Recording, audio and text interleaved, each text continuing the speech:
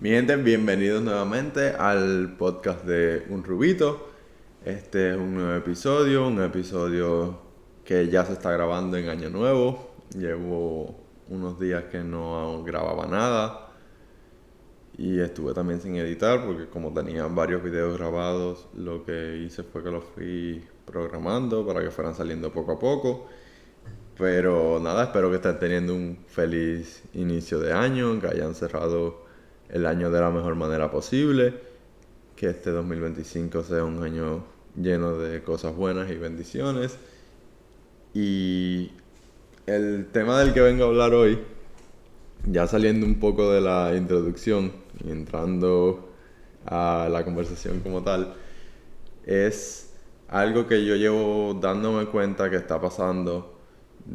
Es una conversación que viene sucediendo desde el 2020 y donde primero me di cuenta, ahora que me pongo a pensar, esto no lo tenía dentro de las cosas que iba a mencionar porque me acabo de dar cuenta.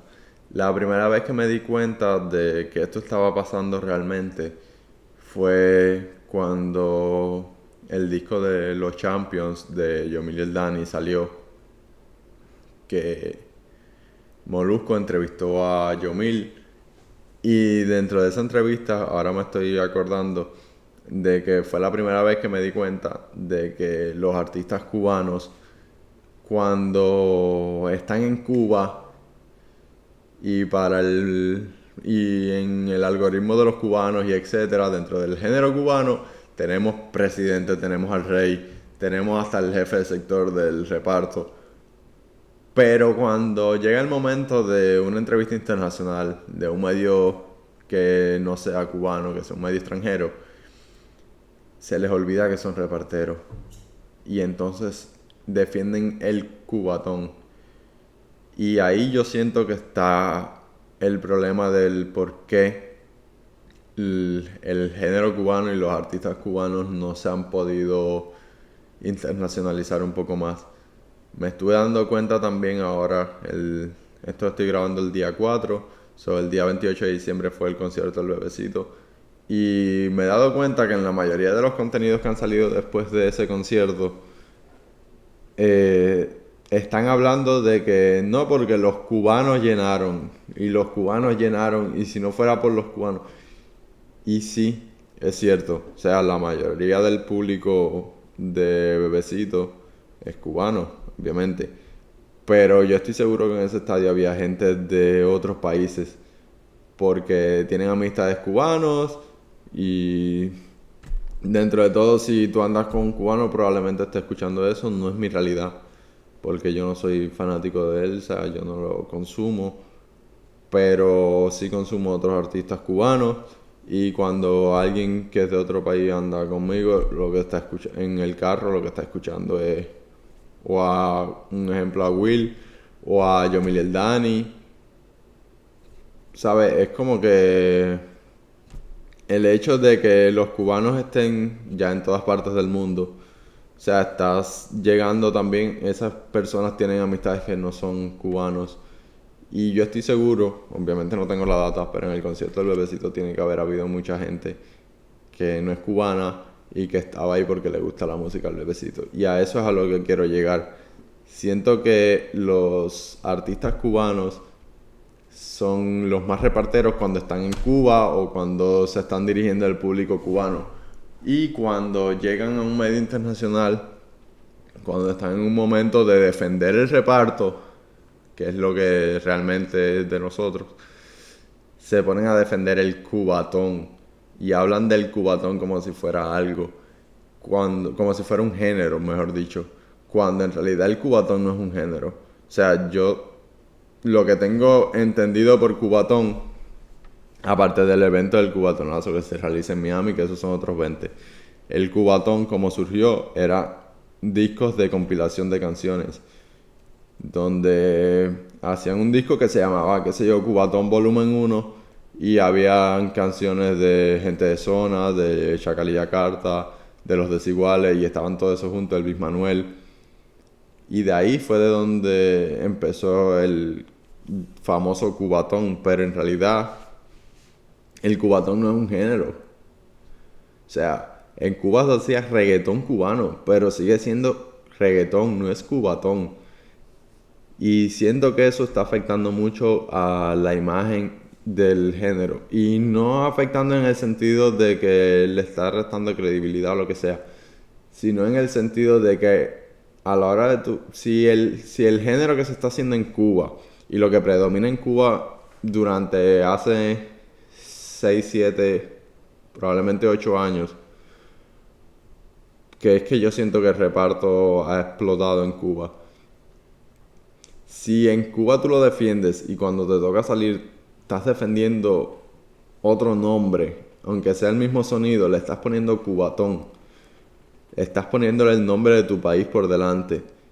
Y siento que ahí es donde está el problema, porque estás excluyendo al resto del mundo. Es como si ahora, es verdad que sale de Cuba, es reggaetón cubano, pero si ahora un artista le pone un álbum, esto es reggaetón para los cubanos, o sea, ¿quién va a escuchar la música? Los cubanos. El que no sea cubano, la realidad es que no le va a llamar la atención porque te están poniendo así de grande que es para los cubanos, o sea, estás excluyendo al público extranjero.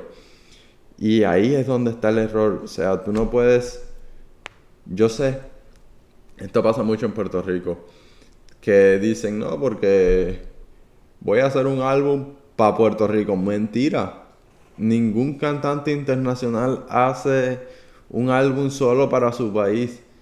Porque es que tú necesitas abarcar la mayor cantidad de público posible. En el momento en que tú le estás poniendo el sello con el nombre del país, tú puedes representar tu país, pero en el momento en que tú le estás poniendo el género, el nombre de tu país por delante, eso excluye al resto de las personas. Si ahora mismo yo hago un podcast que se llame Solo para Cubanos, mentira que a los mexicanos o a los de Honduras o a la gente de Colombia le va a llamar la atención porque es que el título es Solo para Cubanos. O sea, y ahí es donde yo siento que está el problema. En Puerto Rico eso pasaba también.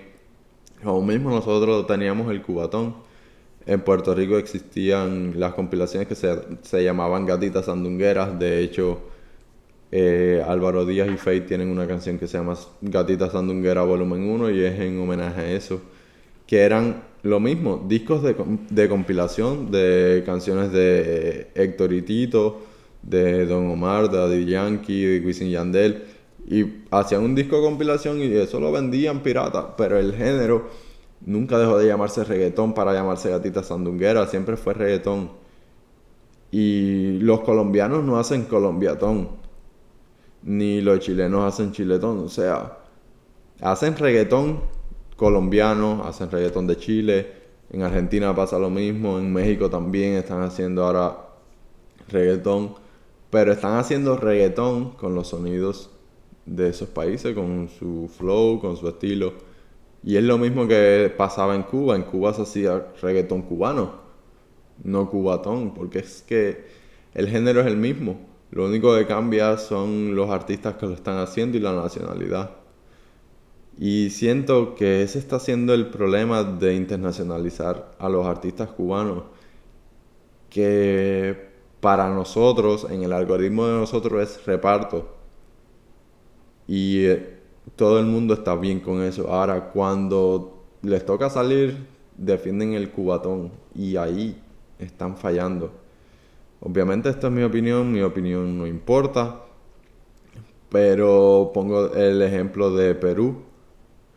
Los artistas cubanos han ido a defender el reparto y probablemente sea la plaza más grande que tienen los artistas de reparto en Cuba, sea fuera de Cuba, es Perú. De hecho, estuve viendo que el Guampi fue parte de la inauguración de la primera emisora de reparto en el mundo y es en Perú. Pero están defendiendo el reparto.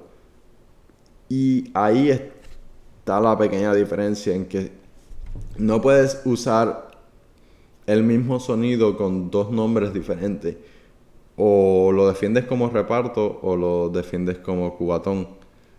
Porque es que si para un lado le dices un nombre y para el otro le dices otro, vas a perder al público. O sea, no, Y más cuando la realidad es que el público que tú quieres atraer es el más grande posible. Y sí, a lo mejor si en Cuba las plataformas digitales monetizaran, si en Cuba Spotify funcionara, si YouTube pagara en Cuba, a lo mejor serían otros 20 pesos, porque, o sea, Cuba, entre los que están en Cuba y los que ya no están en Cuba, son más de 11 millones de personas. So, con un público así de grande, es verdad que cualquier artista puede vivir tranquilamente. Pero la realidad es que en Cuba las plataformas digitales no monetizan porque no pueden vender anuncios y sin anuncios de dónde sale el dinero. Aparte de que muchas están bloqueadas como Spotify, que es bien difícil usar Spotify en Cuba. Y entonces yo siento que obviamente los cantantes cubanos se tienen que enfocar en el público cubano, pero también tienen que mirar un poquito más allá de la pared del bloqueo y darse cuenta de que hay cientos de millones de personas fuera de Cuba que hablan español, que como mismo escuchan otros géneros, también les puede gustar el reparto porque esta es mi opinión y puedo discutirlo con el que sea. El reparto es mejor que el dembow. Los artistas de reparto, independientemente de si yo los consumo o no, yo sé que tienen un nivel bastante alto. Que hasta el más nuevo, cuando va a hacer un show, llevan la banda completa, llevan metales, llevan batería. O sea, los artistas cubanos tienen potencial para salir y darse a conocer en el mundo entero, pero tienen que hacerlo pensando en que la música no puede ser solo para los cubanos. Porque en el momento en que, o sea, vamos a ser sinceros, si ahora Aventura o Romeo Santos van a hacer un disco de bachata, no lo van a hacer un disco de bachata para los dominicanos. Ellos hacen un disco de bachata para el mundo, para que todo el mundo lo escuche, para que a todo el que le guste bailar bachata ponga el álbum y las bailen todas. O sea, ellos no hacen música para un nicho, ellos tienen que hacer, todos los artistas tienen que hacer música para las masas. Y siento que los cubanos no se han dado cuenta de esto o se han dado cuenta y no han sabido cómo manejarlo. Y siento que el hecho de que utilicen el nombre del cubatón afecta un poco porque es que le pasa lo mismo con el regional mexicano. O sea, ahora es que la música regional mexicana se está empezando a internacionalizar. Porque es que la realidad es que el nombre del género es regional mexicano, o sea, es de una región de México, es lo que te está queriendo decir.